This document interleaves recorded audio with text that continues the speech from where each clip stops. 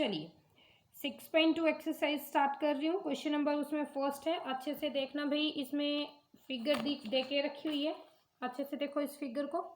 इस फिगर में एक्स और वाई की वैल्यू आपको क्या करनी है, निकालनी है। तो एक्स और वाई, एक्स देखो आप आराम से निकाल सकते हो। कैसे निकाल सकते हो, जब आप 50 और एक्स को प्लस करते हो, ठीक है, तो ये आपके पास बनता है लीनियर पेयर। एक्स और 50 लीनियर पेयर बन रहा है, और लीनियर पेयर जो है वो आपका 180 के बराबर होता है।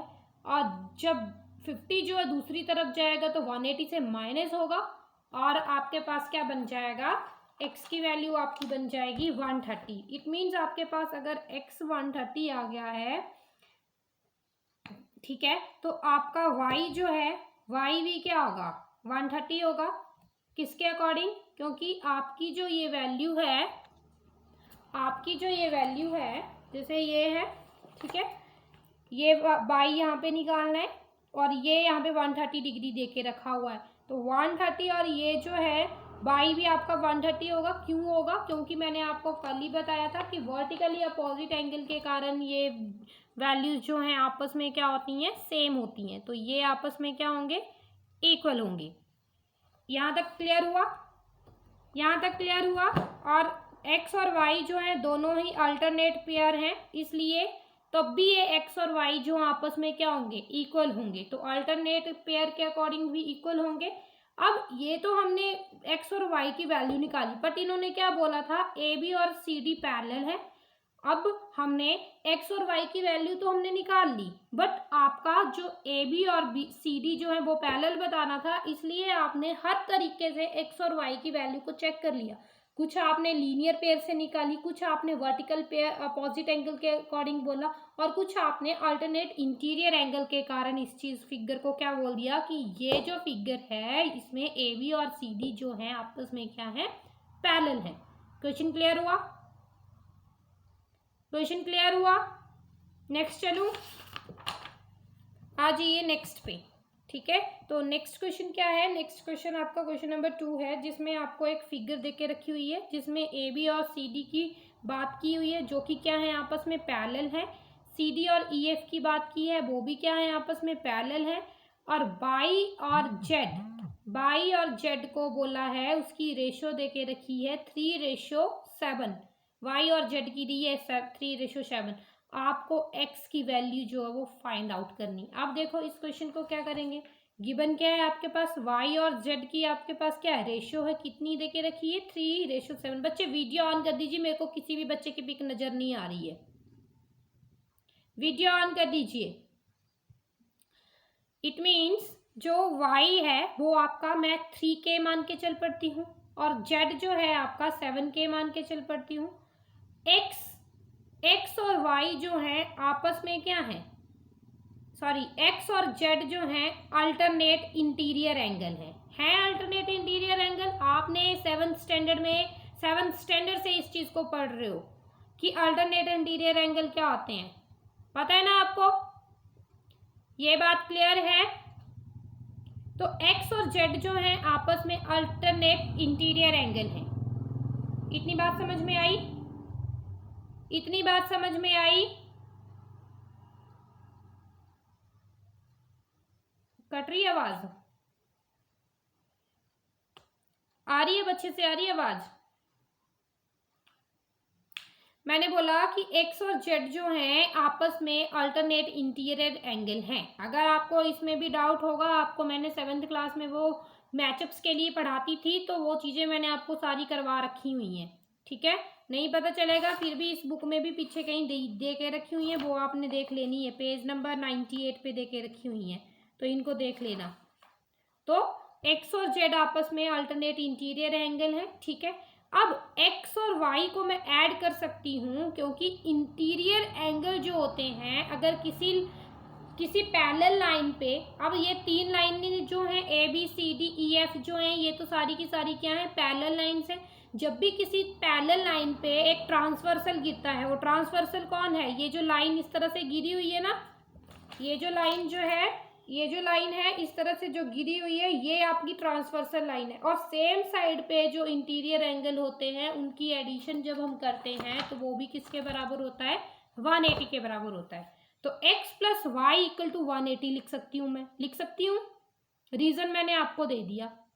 देन आपके पास जेड और वाई, जेड और वाई जो है, अब देखो जेड और वाई भी आपको एडिशन में जब आप इसको लिखोगे तो ये भी आपका क्या बनाएंगे, 180 बनाएंगे।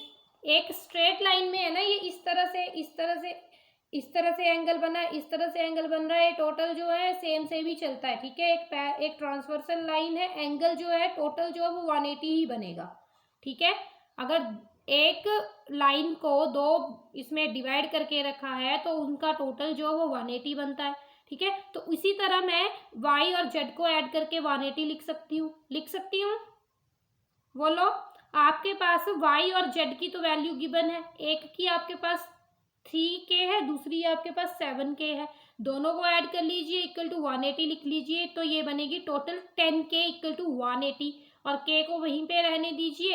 180 को डिवाइड कर लीजिए, 10 से 0 कट जाएगा, तो k की वैल्यू आपके पास आ जाएगी 18, और y की वैल्यू क्या आएगी, y को आपने 3k माना हुआ है, तो 3k क्या लिख लोगे आप, y जो है आपका 3 मल्टीप्लाई 18, और 18 3 का 54। इसी तरह आप z की वैल्यू निकाल सकते हो, 7k, k की वैल्यू क्या आई 18, 7 मल्टीप्लाई 18 इक्वल टू 126, ठीक है।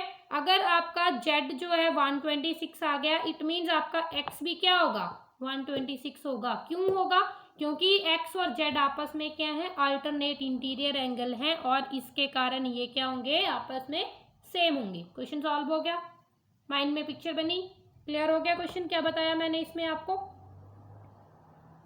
जो मैंने इसमें बताया क्वेश्चन समझ में आया, आंसर्स आपको मिलेंगे तब आपको ज़्यादा क्लियर हो जाएगा। फिर भी क्लियर नहीं होते तो वीडियो आपको मैं भेज देती हूँ, आप उसमें उस वीडियो को दोबारा सुन सकते हो। सुनते हो उस वीडियो को दोबारा, या एक बार जो बता दिया मैडम ने और जो सुन लिया बस हो गया। सुनते हैं ना, वीडियो इसीलिए बनाती हूँ ताकि आपका कोई कंसेप्ट बीच में आवाज़ नहीं आती है तो छूट जाता है, तो वो छूटे ना और आप कंटिन्यू उसको कर सको, इसलिए वीडियो बना के भेजती हूँ आपको। चलिए, क्वेश्चन नंबर 2 कंप्लीट हो गया। क्वेश्चन नंबर 3 पे आ जाइए। 3 क्या है आपका, एक फिगर बनी हुई है जिसमें आपको क्या बोला है कि ए बी जो है सी डी के पैरेलल है, और ई एफ क्या है, और ये किसका साइन है, ई एफ के आगे कौन सा साइन दिया हुआ है, परपेंडिकुलर का। तो ई एफ जो है परपेंडिकुलर है किसके, सी डी के, और इसमें आपको एक एंगल देख के रखा हुआ है जो कि क्या है, जी ई डी। एक तो ई पे एंगल दिया है, ई पे एंगल तो सामने दिख रहा है परपेंडिकुलर, तो परपेंडिकुलर का मतलब क्या है, 90 डिग्री का एंगल है, पर इन्होंने एंगल कौन सा दिया हुआ है आपको, जी ई डी। इट मीन्स ये पूरा का पूरा एंगल दिया हुआ है इन्होंने आपको, ये पूरा का पूरा एंगल, ठीक है, जी ई डी, ये पूरा एंगल दिया हुआ है। तो ये कितना देके रखा है आपको, 126 देके रखा है। और आपको क्या निकालना है, आपको एंगल्स निकालने हैं ए जी ई, जी ई एफ और एफ जी ई। तो ये सारे एंगल्स आपको क्या करने हैं, निकालने हैं। चलिए कैसे क्वेश्चन करेंगे, आपको पता है कि जो ए जी ई है, ए जी ई देखो फिगर, देखो अच्छे से फिगर देखो, ए जी ई देख रहे हो फिगर,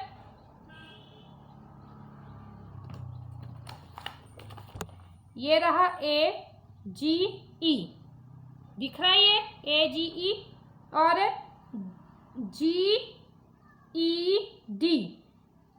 ए जी ई मीन्स ये वाला एंगल, और जी ई डी मीन्स ये वाला एंगल, ये आपस में क्या होंगे, सेम होंगे। क्यों सेम होंगे, क्योंकि ये क्या है, अल्टरनेट इंटीरियर एंगल है अल्टरनेट इंटीरियर एंगल इसी तरह का होता है, तो ये सेम है आपस में, इक्वल, इन दोनों को मैं इक्वल लिख सकती हूँ। और आपको पता है आपको गिवन क्या है, गिवन है आपको कि जी ई डी जो आपका 126 है, इसका मतलब क्या हुआ, ए जी ई भी क्या होगा आपका 126 होगा, यही होगा। क्यों, because of alternate interior angle, ठीक है। इसके बाद जो आपका एंगल जी ई डी है, ठीक है, जी ई डी। अब देखो जी ई डी जो है वो 2 पार्ट्स में डिवाइड है, सॉरी 3 नहीं 2 पार्ट्स में डिवाइड है। GED को मैं क्या लिख सकती हूँ, एंगल GEF प्लस FED, दो तरह से लिख सकती हूँ, पूरे एंगल को मैंने दो पार्ट्स में डिवाइड कर दिया, क्योंकि ये ऑलरेडी फिगर में दो पार्ट्स में डिवाइड करके दिया हुआ। तो मैंने इसमें क्या किया, GEF की जगह मैंने GEF, GED आपको कितना दिया हुआ है, 126 दिया है, यही दिया है। GED की जगह मैं 126 पुट करूंगी। उसके बाद आपको FED जो है ये आपको क्लियर है, ये 90 डिग्री है, ठीक है। अब इक्वेशन को इधर से उधर ले जाके मैंने पूरा जो ये सॉल्व करूंगी, तो मैं 126 से माइनस करूंगी 90 को, तो आपके पास क्या आ जाएगा, एंगल GEF जो है आपके पास आ जाएगा। 120 से 90 को माइनस कर लीजिए, आपके पास बचेगा 36। तो इट मीन्स ये वाला एंगल, ये जो इतना सा जो एंगल है, ये आपके पास कितना बन गया, 36 डिग्री। कितना बना ये, 36 डिग्री। हाँ, और आपको निकालना क्या है, AGE आपको चाहिए, FGE चाहिए। अब देखो AGE, FGE, FGE एक ही बात है, एक ही ट्राइंगल की बात हो रही है। और ट्राइंगल का सम क्या होता है, 180 के बराबर होता है। दोनों को ऐड करके मैं 180 लिखूंगी, ठीक है। AGE की जगह मैं 126 लिख सकती हूँ, और FGE को मैं निकाल सकती हूँ। 126 को मैं माइनस करूंगी 180 से, तो ये आपके पास आएगा 54 डिग्री। तो जो जो एंगल्स आपको निकालने थे वो सारे आपने निकाल लिए, क्वेश्चन सॉल्व हो गया। माइंड में पिक्चर बनी, कोई चीज समझ में ना आई हो, कोई कुछ क्लियर ना हुआ हो, ऐसा है कुछ या चलूं आगे, बोलो बेटा, चलूं आगे, ओके। अच्छा बच्चे, आपकी क्लास में जिन बच्चों के मार्क्स एंटर नहीं हुए, उन बच्चों ने क्या मेरे को पेपर नहीं भेजे हैं, क्या चक्कर है? हाँ, PQ आपकी इस तरह से है क्वेश्चन नंबर 4 में, और ST इस तरह से। बोला ये क्या आपस में पैरेलल है, ऑब्वियस है पैरेलल है, क्योंकि पैरेलल लाइंस कौन सी होती हैं, जो आपस में कभी नहीं मिलती हैं। देन आपका जो एंगल PQR है, अब देखो PQR आपको फिगर में भी मेंशन करके रखा हुआ है, किसके बराबर दिया है, 110 के बराबर दिया हुआ है। और आपका एंगल RST ये भी आपको कितना दिया हुआ है, 130 के बराबर दिया। आपको निकालना क्या है, QRS, मीन्स आपको ये वाला एंगल निकालना है, QRS, ये वाली चीज आपको निकालनी है। इस चीज के लिए सारा का सारा पैतरा जो है आपको देखना है। अब देखो, दो चीजें आपको देके रखी हैं, PQR आपको देके रखा हुआ है, फिर और क्या देके रखा हुआ, RST आपको देके रखा हुआ, वो वैल्यूज लिख लो आप आराम से। देन आपको जो ड्राइंग लाइन, एक ST जो है वो क्या है, R के थ्रू ही, R के साथ ही मैच हुई है, ठीक है। और ST जो है पैरेलल है किसके, PQ के। यही चीज मैंने आपको बोली, इट मीन्स जो PQ है वो पैरेलल है ST के। अगर PQ ST के पैरेलल है, तो जो PQ है वो पैरेलल है ST के, और ST पैरेलल है किसके, बोला एक लाइन जो है पैरेलल लेनी है, ठीक है। Draw line parallel to ST, ST के पैरेलल एक लाइन लेनी है, कहाँ से, R से। मान लो मैंने एक ST के इस तरह से लाइन ले लेती हूँ, ठीक है। ये ST है, इसके पैरेलल लाइन लेनी है कहाँ से, R से होके, तो ये इस तरह से लाइन लूंगी, ये पॉइंट आएगा A और ये आएगा B, इसी तरह से लाइन आएगी एक लंबी सी। क्वेश्चन समझ में आ रहा है, फिगर दिख रही है? तो इसी तरह से एक लाइन आएगी। फिर ST, अगर PQ ST के पैरेलल है, तो AB भी तो किसके पैरेलल होगी, AB किसके पैरेलल होगी, वो भी ST के पैरेलल होगी। मतलब तीनों चीजें आपस में क्या होगी, पैरेलल होगी। यहां तक समझ में आया, यहां तक समझ में आया। अब आपको पता है कि जो PQR है, ठीक है, PQR की बात करूं और QRA की बात करूं तो वो आपका 180 होगा। क्यों होगा? क्योंकि interior angle on the same side of the transversal line क्या होते हैं? सेम होते हैं। ठीक है। अब ये जो QR लाइन है, एक टाइप की कौन सी लाइन है आपकी? ट्रांसवर्सल लाइन है। अगर इसको बढ़ा दो, आप लंबी कर दो QR को, तो ये ट्रांसवर्सल लाइन बन गई। तो ट्रांसवर्सल की सेम साइड पे एक तो PQR और QRA, ये क्या होंगे? सेम होंगे। दोनों को ऐड करके आप 180 लिख सकते हो। PQR आपको 110 दे के रखा हुआ है, तो आप दूसरा निकाल सकते हो। 180 से माइनस कर दो 110, तो आपके पास 70 बचेगा। क्या?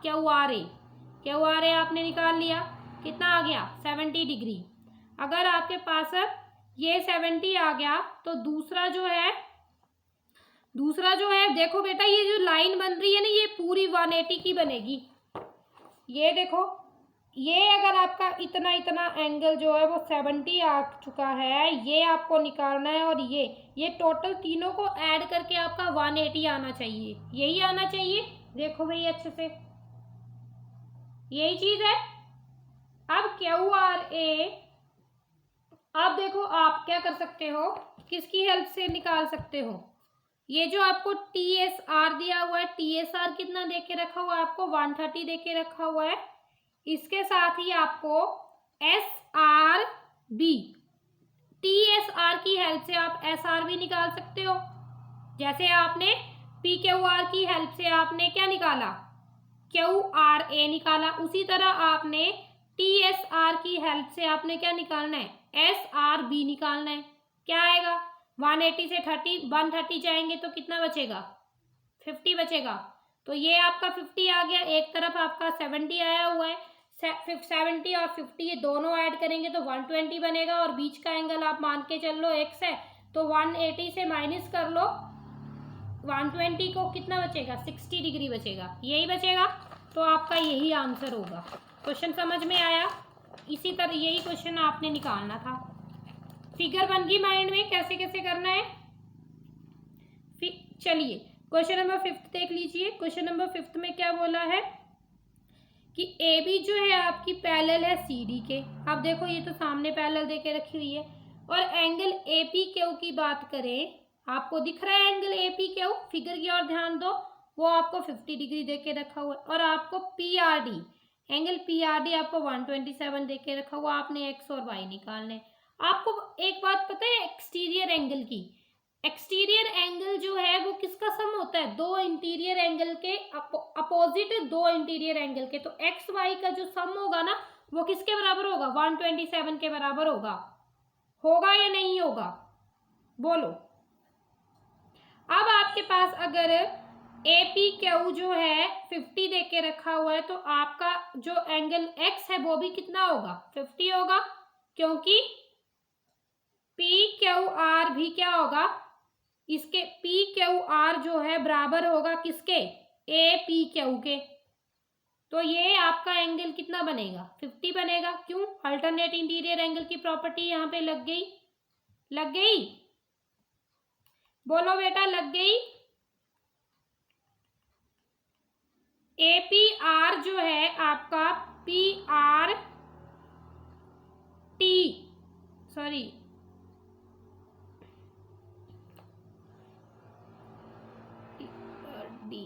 PRD है।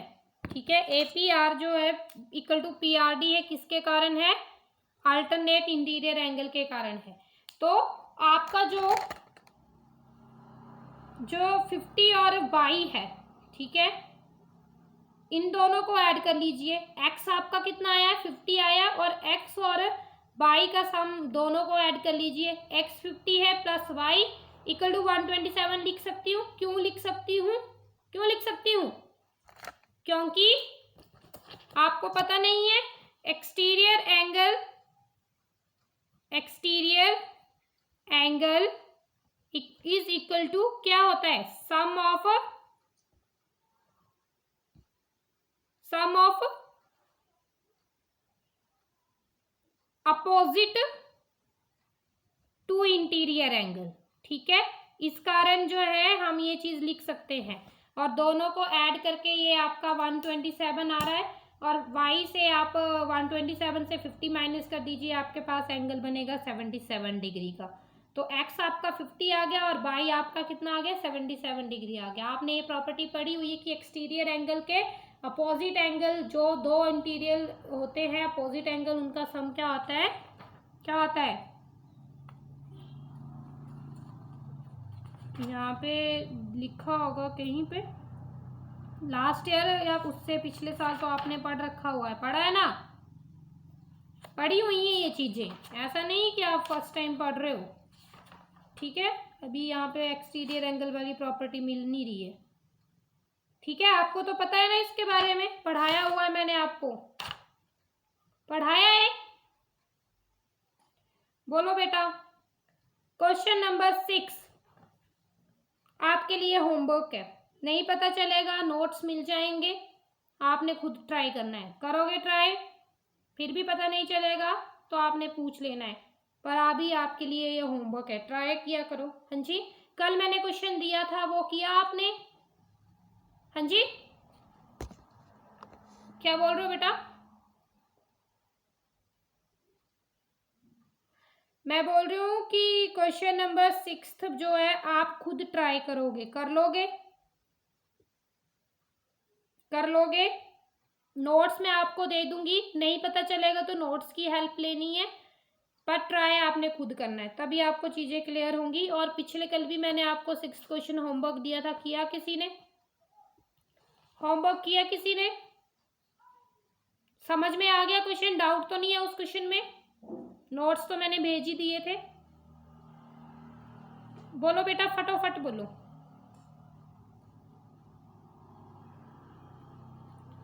जल्दी बोलो भाई, नोट्स तो मैंने आपको भेजे थे।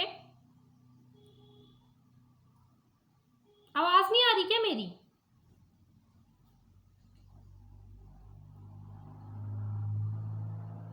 समझ में आ गया या नहीं, यस और नो।